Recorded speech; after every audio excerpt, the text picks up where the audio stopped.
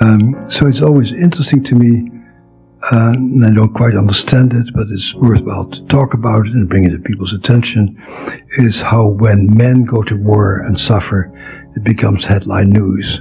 But when women have a domestic war and suffer, that it makes the last page of the newspaper, if at all. And that's an interesting issue. And so children is another very complex issue, because all the politicians always say, we love our children, the children are the future of America, and when money needs to be cut, the first thing that always gets cut is special programs in schools, and theater programs and music programs in schools. And please march in the streets, because these are important things. All right, let's go deeper with this. Here's the thing, this imbalance we're talking about, it's not just about headlines or funding cuts. It's about what we as a society decide is worth fighting for. When men go to war, there's this collective narrative that frames them as heroes. Their struggles are seen as noble, even tragic, but always respected. Meanwhile, women fighting silent battles, domestic violence, unpaid caregiving, emotional and mental tolls, are often treated like it's just part of their role. Like, that's just life for women, so we move on. It's not just neglect, it's normalization. And that's the real kicker, it's a societal blind spot. Because if we can't even see the problem, how can we address it? And with kids in schools, it's not just about cutting budgets, it's about prioritization. We love to talk about kids as the future, but we treat them like an afterthought in the present. And here's where it gets wild. When we slash arts and theater programs, we're not just taking away fun activities. We're cutting off tools that teach empathy, creativity, critical thinking, skills that actually shape the future. We're raising generations that might ace standardized tests, but struggle to understand themselves or connect with others. And we wonder why mental health crises among young people keep climbing? So that's what it's like to be traumatized. You keep reacting in a way that is upsetting to other people, that embarrasses you, that's out of tune with your surroundings. And so all of these experiences further reinforce the sense that you're crazy, that there's something wrong with you, and your sense of alienation. So at the end, it is that sense of alienation, and that you cannot trust yourself, that really messes you up when you're traumatized. You keep doing things that puts you out of sync with other people. And so people become more and more ashamed of themselves, more and more embarrassed, and more frightened and lonely and cut off from the human race. So, when people talk about all the returning veterans trying to commit suicide, that's how it happens, is that they're cut off from anybody. They do things that they don't understand, they're embarrassing themselves, people are embarrassed by them, and they're cut off. And that's very different from being in war, because in the war, you have your friends, your comrades, they count on you, they love you, because men at war love each other. And so coming home is an unbelievably alienating experience. But, another cultural issue, which to me has been fascinating, coming from the world of war and veterans, is that very soon it became obvious that trauma is not only the result of people going to war, but for every soldier who gets traumatized in the war, there's 30 kids who get abused and molested at home. There's more women who have been killed by their partners since 2001 than soldiers have been killed in Iraq or Afghanistan. Here's another layer no one talks about, the cost of silence. Every time we ignore these issues, women's struggles, kids' needs, we're building a society that's emotionally stunted. Women carry trauma in silence, and kids grow up without spaces to express themselves or dream beyond their circumstances. That's not just sad, it's dangerous. Because those gaps in empathy, in understanding, in support, they don't stay isolated. They ripple out into everything: relationships, workplaces, communities. So the real question isn't just, why do we ignore these issues? It's what kind of world are we creating by ignoring them? And honestly, that's something worth thinking about. Because every time we turn the page on women's stories or gut another school program, we're telling ourselves these things don't matter. But they do. They really, really do.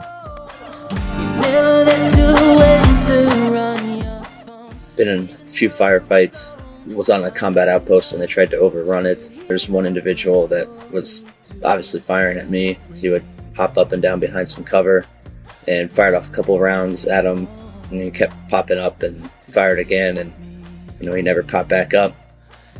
Perhaps most recently on a trip, I was a first responder to a victim of a mortar attack. The individual was missing his left arm, a good portion of his chest.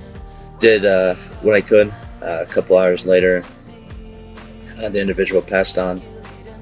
So it's things like those that kind of stick with you in your time here. You deal with them the best you can. You try to talk about them. You tell yourself you can handle anything or see anything, and you're going to be all right. Can keep getting robbed of emotion. Bide our time and proceed to calculate in the equation all this time that we bleed. To keep getting robbed of emotion. Lives fly by as we proceed to calculate, solve the equation. I'm not sure.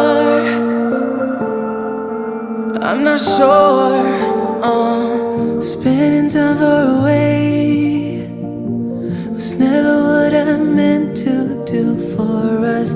Even though you're okay, I wish that I. And look at the way that this old lady moves through the store. Pavlov used to call this the instinct of purpose. She's just going for it. She knows she wants that spaghetti and that sauce and whatever. She is going for it. And look at the way that he moves. Calculating the equation all this time. Shuffling, not clearly directed. And when you become a body-oriented person, you see how people's bodies change by trauma. That sense of I'm here and I'm going somewhere and I know where I'm going. So it starts collapsing. It has to do with certain parts of the brain that start falling apart.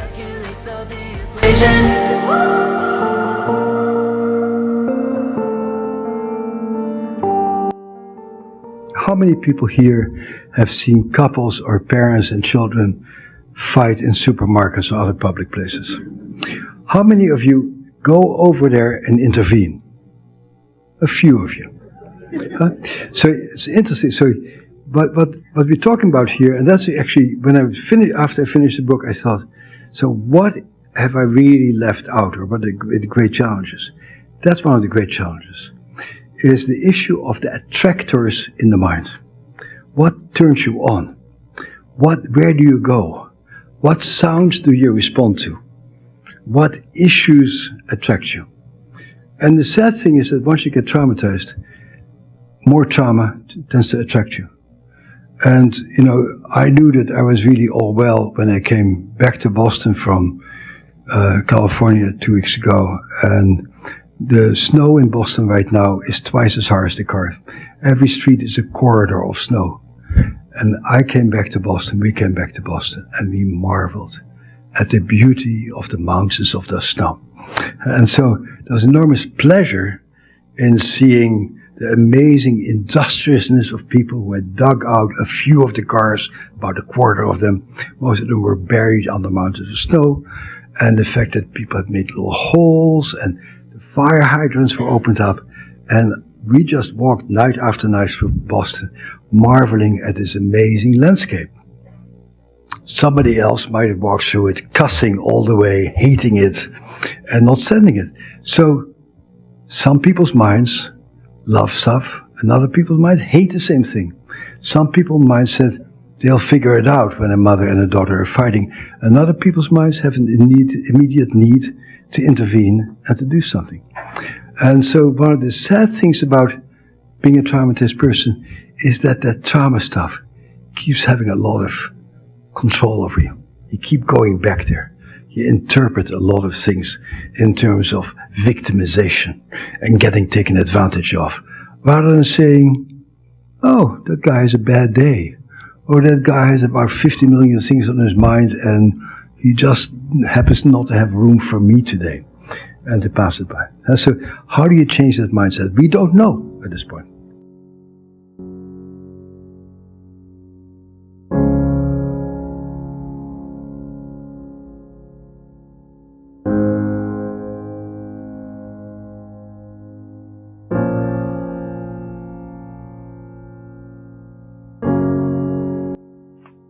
So that's what it's like to be traumatized. You keep reacting in a way that is upsetting to other people, that embarrasses you, that's out of tune with your surroundings. And so all of these experiences further reinforce the sense that you're crazy, that there's something wrong with you, and your sense of alienation. So at the end, it is that sense of alienation, and you cannot trust yourself, that really messes you up when you're traumatized. You keep doing things that puts you out of sync with other people. And so people become more and more ashamed of themselves, more and more embarrassed, and more frightened, and lonely, and cut off from the human race. So, when people talk about all the returning veterans trying to commit suicide, that's how it happens, is that they're cut off from anybody. They do things that they don't understand. They're embarrassing themselves. People are embarrassed by them, and they're cut off. And that's very different from being in war, because in the war, you have your friends, your comrades, they count on you, they love you, because men at war love each other. And so coming home is an unbelievably alienating experience. But, another cultural issue, which to me has been fascinating, coming from the world of war and veterans, is that very soon it became obvious that trauma is not only the result of people going to war, but for every soldier who gets traumatized in the war, there's 30 kids who get abused and molested at home. There's more women who have been killed by their partners since 2001 than soldiers have been killed in Iraq or Afghanistan. So it's always interesting to me, and I don't quite understand it, but it's worthwhile to talk about it and bring it to people's attention, is how when men go to war and suffer, it becomes headline news. But when women have a domestic war and suffer, that it makes the last page of the newspaper, if at all. And that's an interesting issue. And so children is another very complex issue, because all the politicians always say, we love our children, the children are the future of America, and when money needs to be cut, the first thing that always gets cut is special programs in schools, and theater programs and music programs in schools. And please march in the streets, because these are important things that people should not be led away with.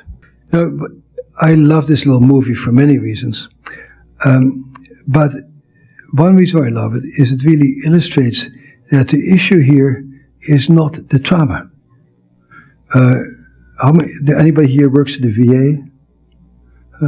And so the treatment that's being pushed in the VA right now is prolonged exposure. And that people go and revisit the scene of that trauma back there in Fallujah in order to cleanse their mind somehow. It is based on a total misunderstanding about trauma. Because people, Marines, did a great job fighting in Fallujah. They really did what they were supposed to do. This guy probably did a great job back in Bosnia. He doesn't need to go back to Bosnia to relive that over again. He needs to be taught supermarket therapy. So he can walk to a supermarket and feel peaceful and be intrigued with all the different brands of cereal you can buy. Because the brain is changed, so you cannot do that anymore. And, I don't have time to go into that, but we actually know how to do that these days. And we can actually rewire people's brainwaves so they can be present and to be focused. But you can also do it with meditative techniques and yoga like that. And so it's all about helping people to be fully alive in the present. So revisiting the past is interesting. And revisiting the past is relevant if the past is secret, if the past is something you cannot talk about, if you were not allowed to talk about the fact that your mom hit you, or that your dad molested you, or your brother would come into your room and do terrible things to you, that's become a family secret, then talking becomes terribly important. Because learning how to tell the truth is critical. But after an event like 9/11, there's no reason to talk about it. We lived in a common reality. There were no secrets. Nobody blamed anybody here. You could talk about it, but actually nobody did, because we had seen what happened. And nobody was struggling with dark and terrible secrets. So the issue of psychotherapy is only relevant if people deal with dark secrets that they have a hard time coming to terms with. And that's about it. So I've been on the road for a long time, talking about trauma. And sometimes I meet people, oh, I heard you back in 1989, that was a great talk. My reaction is always, that's weird, because I didn't know anything about trauma in 1989. So it must be my accent. Right?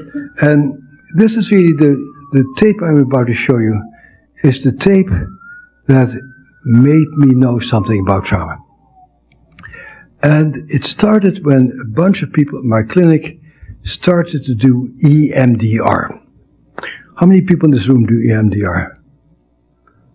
A small minority. I can't blame for the other people in the room to not do EMDR, because it's a very weird and bizarre treatment.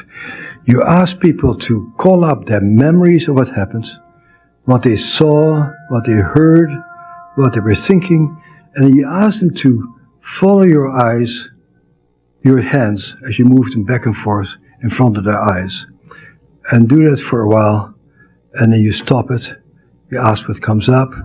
It sets up a sort of dreamlike state, and people form new associations, and you just keep doing that sort of weird waving your finger in front of people's eyes. And my postdocs were telling me that after about 3 or 4 sessions, many people had resolved their trauma.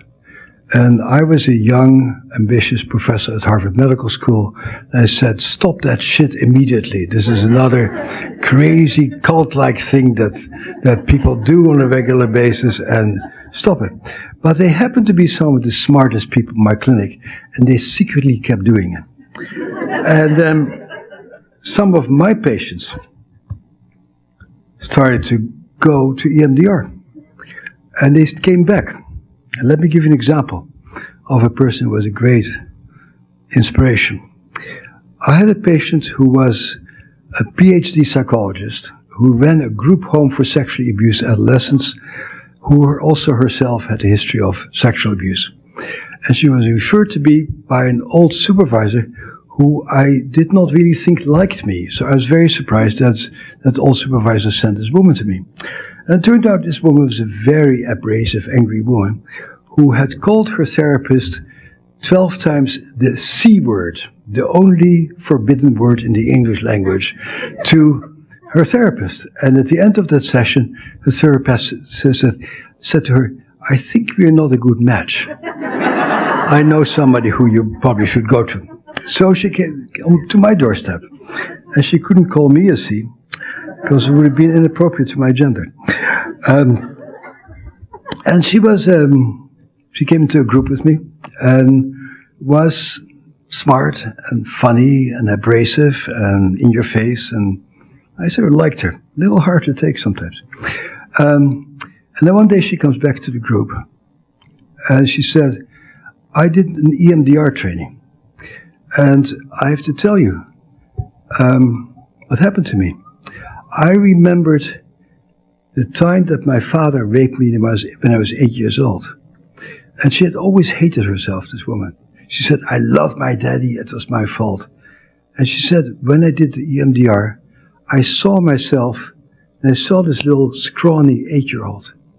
And I saw this huge guy lying on top of it, smelling of alcohol, smelly, hairy, sweaty, disgusting. How can a big, disgusting guy do something like that to a little girl like her? And the moment that she really accurately saw what had happened to her back then, with her adult mind, she said, it wasn't my fault. That is a terrible person who should never have done that to that little girl. And she was great in a few sessions. And so that's one of the things that opened me up to EMDR. And this other thing is this. The story is, as I took it down last week. So that's Steve Lazaroff. And like many EMDR people, he became like his Jehovah's Witness.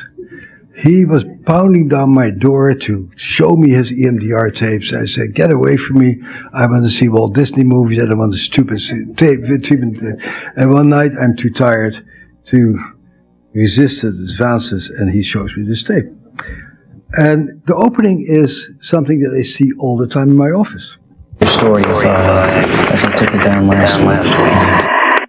What do I see is that before a word is spoken, the woman starts freaking out.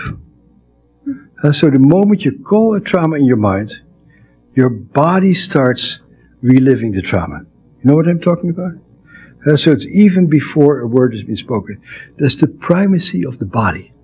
We are our bodies. Our bodies are traumatized bodies, and when we have our flashbacks, our whole bodies start behaving and feeling as if we're back there again. And so I see this and go, yep.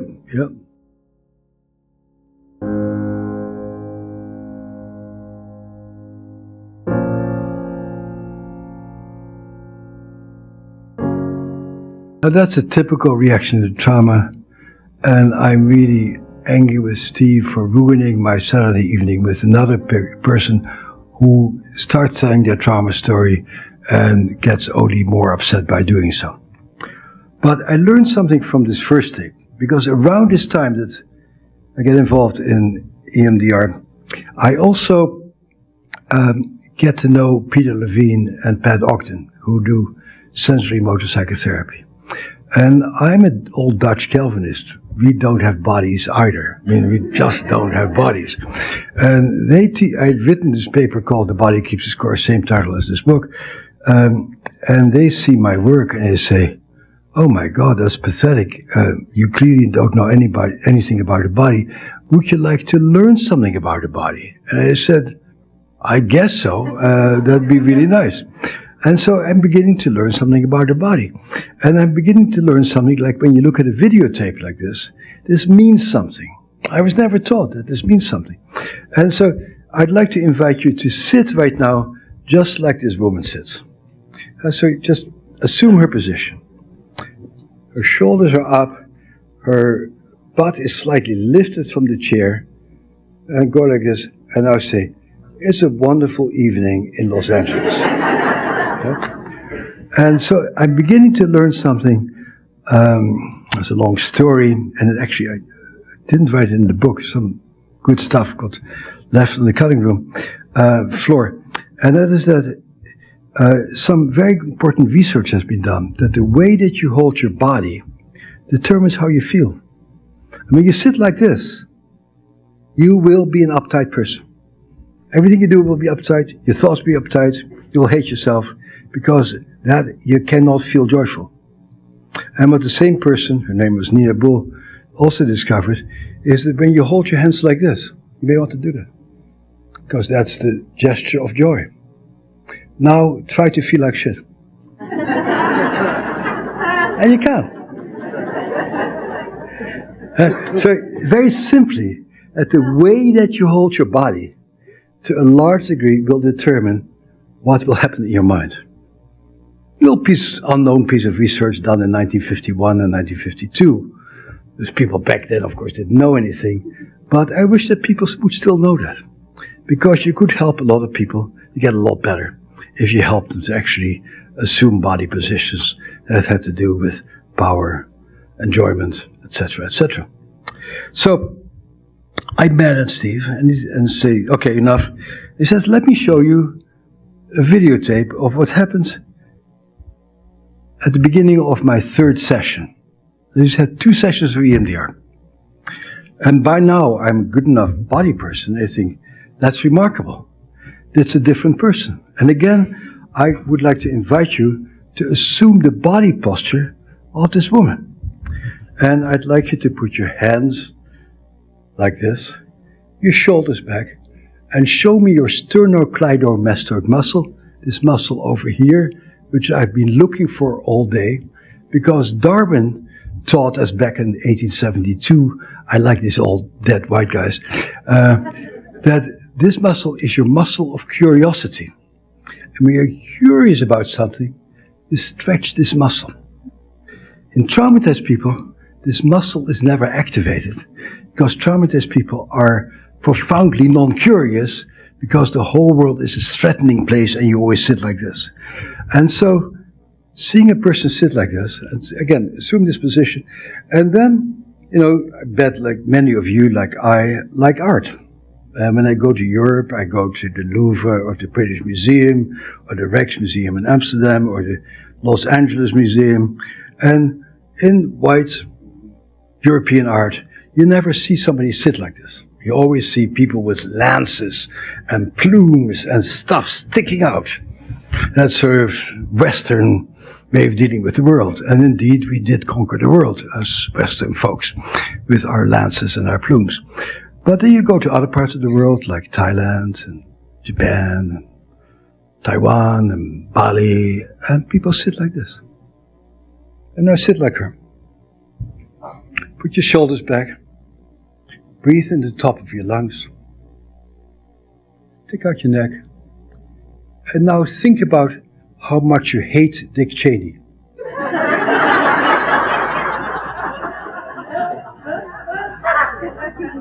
And you can't. This position is incompatible with hatred. And maybe there's a reason why people in Southeast Asia cultivate sitting like this. Because when you sit like that a lot, life becomes a much gentler business. But Steve, in doing EMDR with her, had not told her to sit like this. But he had done something to her damn brain that made her automatically assume that position. So these weird eye movements had caused this whole organism to get configured in a different way. All right, so let me just throw my thoughts out there, because this story is such a mix of fascinating and frustrating, and I can't stop thinking about it. First of all, the whole idea that your body can shape your mind, that's wild, but also it makes sense, right? Like, how many times have you caught yourself slouched over, all tense, and realized you've been in a bad mood all day? Or how you feel when you force yourself to stand tall and fake confidence. It's like your body isn't just carrying you around, it's talking to your brain constantly. But the part about trauma? That was a gut punch. The idea that trauma physically rewires you, to the point where even your posture reflects it? That's both heartbreaking and eye-opening. I mean, think about it. When you've been through something awful, it's not just your thoughts or memories that change, it's your whole system. Your body literally braces itself for the worst constantly. And the thing is, we don't even notice it happening. It's just there in the way we slouch, or how we keep our neck stiff, or how we shrink into ourselves when we're overwhelmed. And then, of course, there's the culture aspect. Western societies, with our plumes and lances, are all about dominance and outward power. Meanwhile, places like Southeast Asia seem to value a more grounded, inward posture. It's not just about sitting, it's about how you approach life. Like, are you ready to fight the world, or are you ready to live gently within it? It really made me wonder how much of our stress and aggression in Western culture is tied to the way we carry ourselves. What if the way we sit and move is basically programming us to be combative or anxious? But the part that stuck with me the most? That EMDR session. The fact that this woman, after working through trauma with those weird eye movements, naturally shifted into a posture of curiosity and openness? That's huge. It's like her body knew what to do once the trauma stopped holding it hostage. And honestly, it's kind of beautiful. It's proof that healing isn't just about changing your thoughts. It's about freeing your body to feel safe again. So, yeah, this whole story really got me thinking. How much of how we feel is actually about how we move? How we sit, breathe, hold ourselves? And if we paid more attention to that, if we actually listened to what our bodies are telling us, how much better could we feel? It's like we've been sitting on this huge, untapped resource for healing, but no one told us how to use it. Maybe it's time we start listening. She's telling the story now, as if she's reading from a teleprompter. And, I'm a scientist, so we do research. And we show what happens in the brain. And what comes online with these silly eye movements is an area of the brain called the anterior cingulate. The anterior cingulate is sort of a non-conscious, but close to conscious part of the brain that helps you to distinguish the relevance of information. That helps you sort of put together thinking and emotion and to screen out what's not important and to screen in what's important. So somehow, mysteriously, these eye movements have caused a change in a part of the brain that helps you to focus on what's relevant and to ignore what's irrelevant. I don't know how else you can do that. I don't think you can do it by wagging your fingers at people, by punishing people for certain behaviors. And so this is the real challenge of our work, is to apply the neuroscience that we know today to see what happens in the brain that gets messed up by trauma, and how can you activate those little pieces that got deactivated by trauma. If we had more time, I could show you a lot of videos, a lot of brain scans that really should be our core of true science, not bullshit diagnostic systems, but really said, what is really going in the brain here? How do people process information? How can we change the processing of information?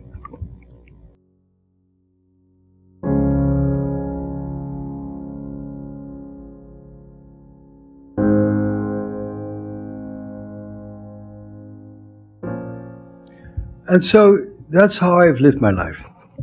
When I see something where I go like, wow, this is different from anything else.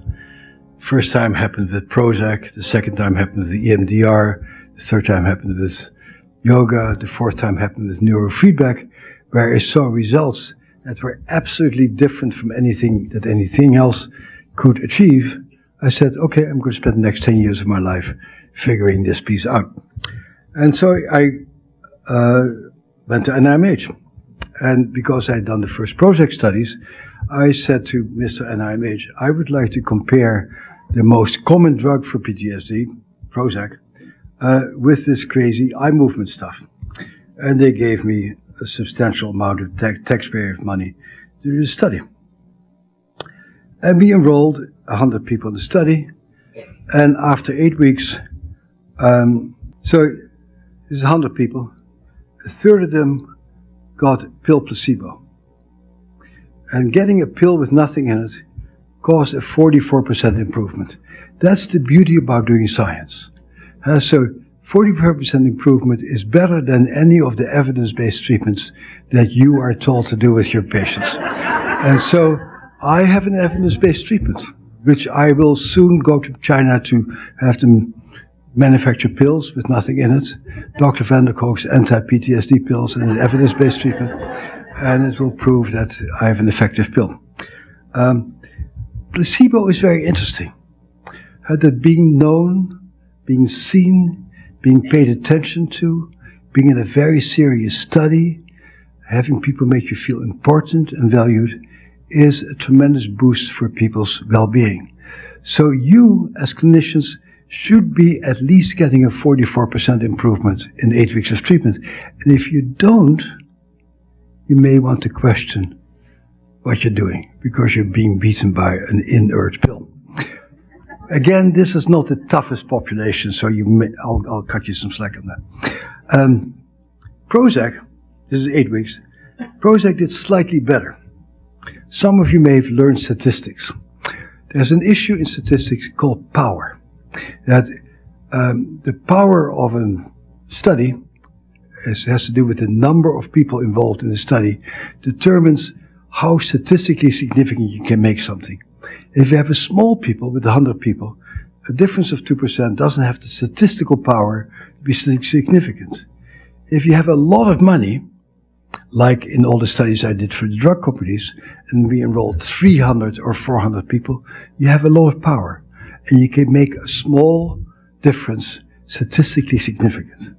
So science, to a large degree, belongs to the people who can have the most money, because small differences become more and more important the larger your sample size. So if you do art therapy, it's unlikely you can muster $1 million for a study, and it's going to be very hard to show how statistically significant you are. We'll talk about it when you do a study, and I can be a consultant. Prozac did much better. And so after 8 weeks, we told people to go home, and we said, we'll see you in 2 months, do whatever you want to do.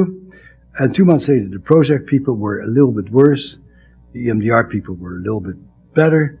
They said, good luck, see you in 6 months. 6 months later, the Prozac people were beginning to really relapse, and the EMDR people will continue to do better. But doing better is not good enough. After seeing this EMDR tape, or after seeing the neurofeedback that I showed some of you this afternoon, you don't want people to be just feeling a little bit better. You want people to be cured. You want people to say, it's over. And so we have a measure, which all of us use in this field, of when people are cured. And it turned out after 8 weeks of EMDR, 1 out of 5 people said, I'm cured. 1 out of 7 Prozac people. But 2 months later, 28% of the EMDR people say, I'm cured. And none of the Prozac people. So Milton Erickson used to say, once you kick the log, it keeps flowing. Once you open up that road to liberation, your own mind might be able to do the work. 6 months later, 60% of our EMDR people are completely cured without any further intervention, and none of the Prozac people. This, at this point, still to this day, but maybe not for long, is the most successful outcome study in PTSD ever. And so we do this study, and I'm cheering and jumping up and down, and I say to my colleagues, we'll make the front page of the New York Times science section, because this is a major thing with major economic implications, because it shows that 8 weeks of a trauma-focused treatment is more effective than drugs. And in the long range, it's much cheaper to treat people for 8 weeks than to keep them on medications forever. So I'm all cheerful and optimistic, because I'm still youngish at that point, but not for long, because Joseph Spinazzola, who now is the executive director of my clinic, then still a young student, says, but Bessel, we wiggled our fingers in front of people's eyes. The New York Times is not going to take that seriously. And indeed, before we did EMDR, and I told my real scientist colleagues, I say that EMDR is a kick-ass treatment. And he would say, so, nobody's done the science. We don't know how it works, we don't know whether it works. And I said, okay, I'll do the science. So I did the science, and now I told my colleagues, EMDR is a kick-ass treatment. And my colleagues said, I don't believe it. I said, so before we did the study, it was a scientific question. Now that we have done the science, it becomes a religious question. So you want to play it any way you want to. But this actually is true all the time.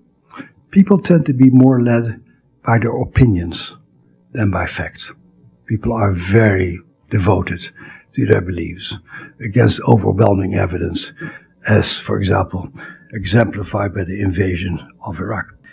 And that was the second piece.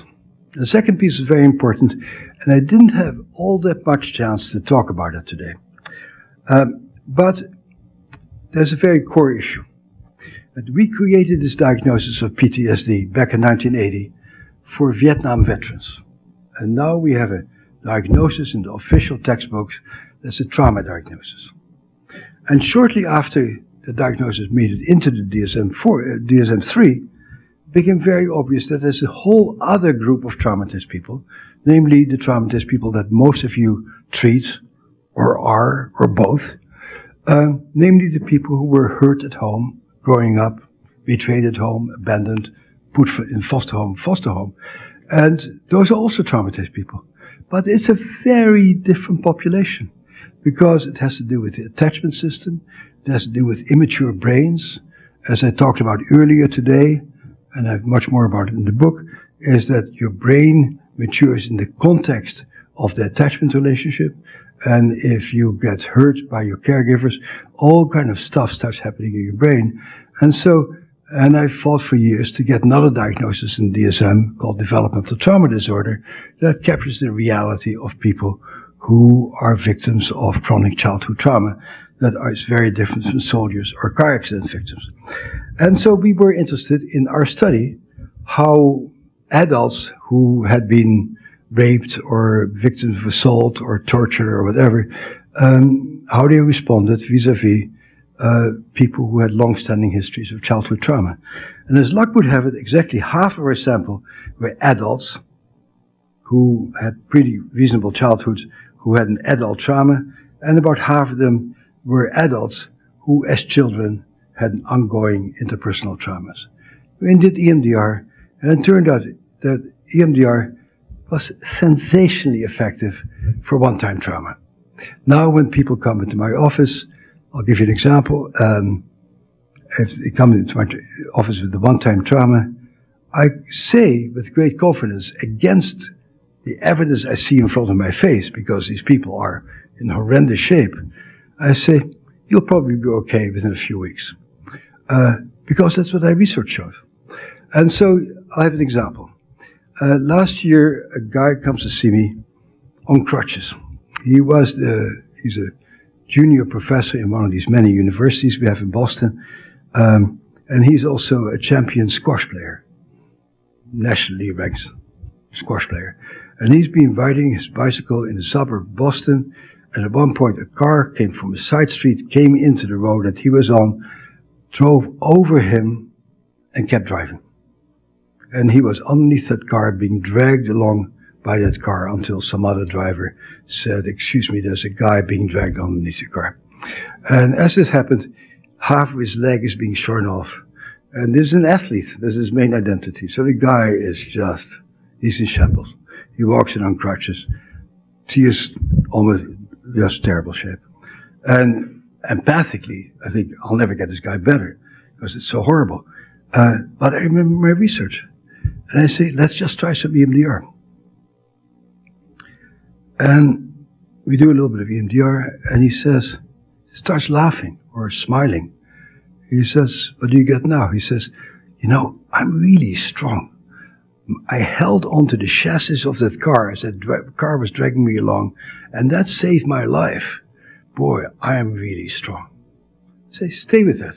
When you do EMDR, no interpretations, no comments. You help a person to do the work. And next thing comes up, that leg. That leg was dragged along and helped me up. And if that leg had given out, I would have been dragged on my pelvis. And if my pelvis had been dragged along, I would be dead. So I really feel great for that leg that I no longer can use to help me. I hadn't said anything. But this to me illustrates, in general, is that traumatized people are astoundingly creative. Most of us are pretty astoundingly creative. But what we need to do is to liberate the natural creativity in traumatized people. And that's what we should focus on, is to open up the people's natural healing capacities. And we don't need to do anything. We don't need to tell people what to do. We don't need to tell people what to feel. We need to think. But our job is much more complicated. It's to just liberate people's internal capacities. That's tough. Trauma, healing, and the raw resilience of the human spirit. This story isn't just about treatments or science experiments. It's about rediscovering what's already within us, even in the darkest of times. And that's the thing that really sticks with me, our natural ability to heal. It's not about fixing people, it's about freeing them, giving them the space, the tools, and the safety to reconnect with their own strength. This idea that healing doesn't come from the outside but from within completely shifts how we think about trauma. It's easy to see people as broken, to feel like we need to fix them or tell them how to heal. But the truth is, they already have everything they need. Our job as clinicians, friends, or just fellow humans is to help unlock that, to create the right conditions for them to find their own way back to themselves. But let's not ignore the other side of this. For people with ongoing trauma, especially those hurt in childhood, the journey is more layered, more complex. It's not just about a single event, but a lifetime of wounds that shape the way they see the world. And yet, the same principle applies. Healing is possible. It's not always fast, and it's definitely not easy, but it's there. It starts by reconnecting to their bodies, to their emotions, to their own creativity and capacity to grow. And what blows my mind is how often we underestimate this creativity in people who've been through hell. Trauma survivors aren't just resilient, they're adaptive, resourceful, innovative. Even when they're trapped in their pain, their minds and bodies are working overtime, finding ways to survive. Our job isn't to overwrite that, but to help them channel it, to turn survival into something more expansive, more liberating. So here's the real takeaway for me. Trauma isn't the end of the story. It's a chapter. And as much as it reshapes people in painful ways, it also holds the potential for transformation. Whether it's through EMDR, mindfulness, yoga, or just sitting with someone and being there, the goal isn't just to treat symptoms or manage pain. It's to guide people toward a place where they can reclaim their lives, not as they were, but as they can be. And maybe that's what this is all about. Hope. Not blind optimism, but real hope, the kind that acknowledges how hard the journey is while believing in what's possible. Because if there's one thing that trauma teaches us, it's that the human spirit is capable of extraordinary things. Even when it's dragged under the weight of the world, it can find its way back to the surface. And sometimes all it takes is a little nudge to remind people of their own strength, their own creativity, their own ability to heal. In the end, the real treatment isn't something we give people. It's what we help them rediscover in themselves. And that's where the magic happens. Don't forget to like, comment, and subscribe to Inside Serene, a channel dedicated to helping you navigate your healing journey. Together, we can break free from the chains of addiction, trauma, and chronic stress, and embrace a brighter future. Spending time far away was never what I meant to do for us. Even though you're okay, I wish that I could give you all of me for you to save. When it gets dark, I'll take the blame for what we are. I'm not sure that we can keep getting robbed of emotion. Bide our time and proceed, calculating the equation.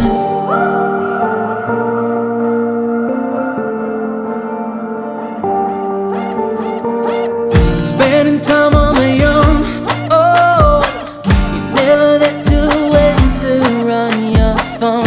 Even though you're alone, I wish that I could hear the words for me to carry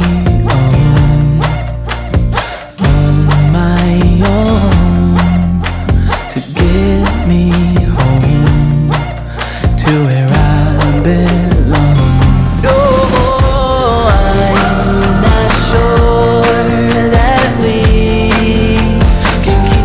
Robbed of emotion, bide our time and proceed to calculate on the equation.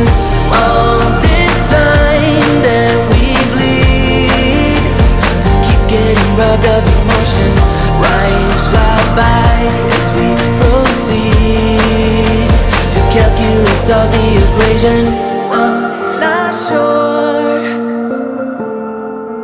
I'm not sure, spending time far away was never what I meant to do for us. Even though you're okay, I wish that I could give you all of me for you to see. I'm not sure that we can keep getting robbed of emotion. Bide our time and proceed to calculate on the equation. All this time that we bleed to keep getting robbed of emotion. Lives fly by as we proceed to calculate, solve the equation.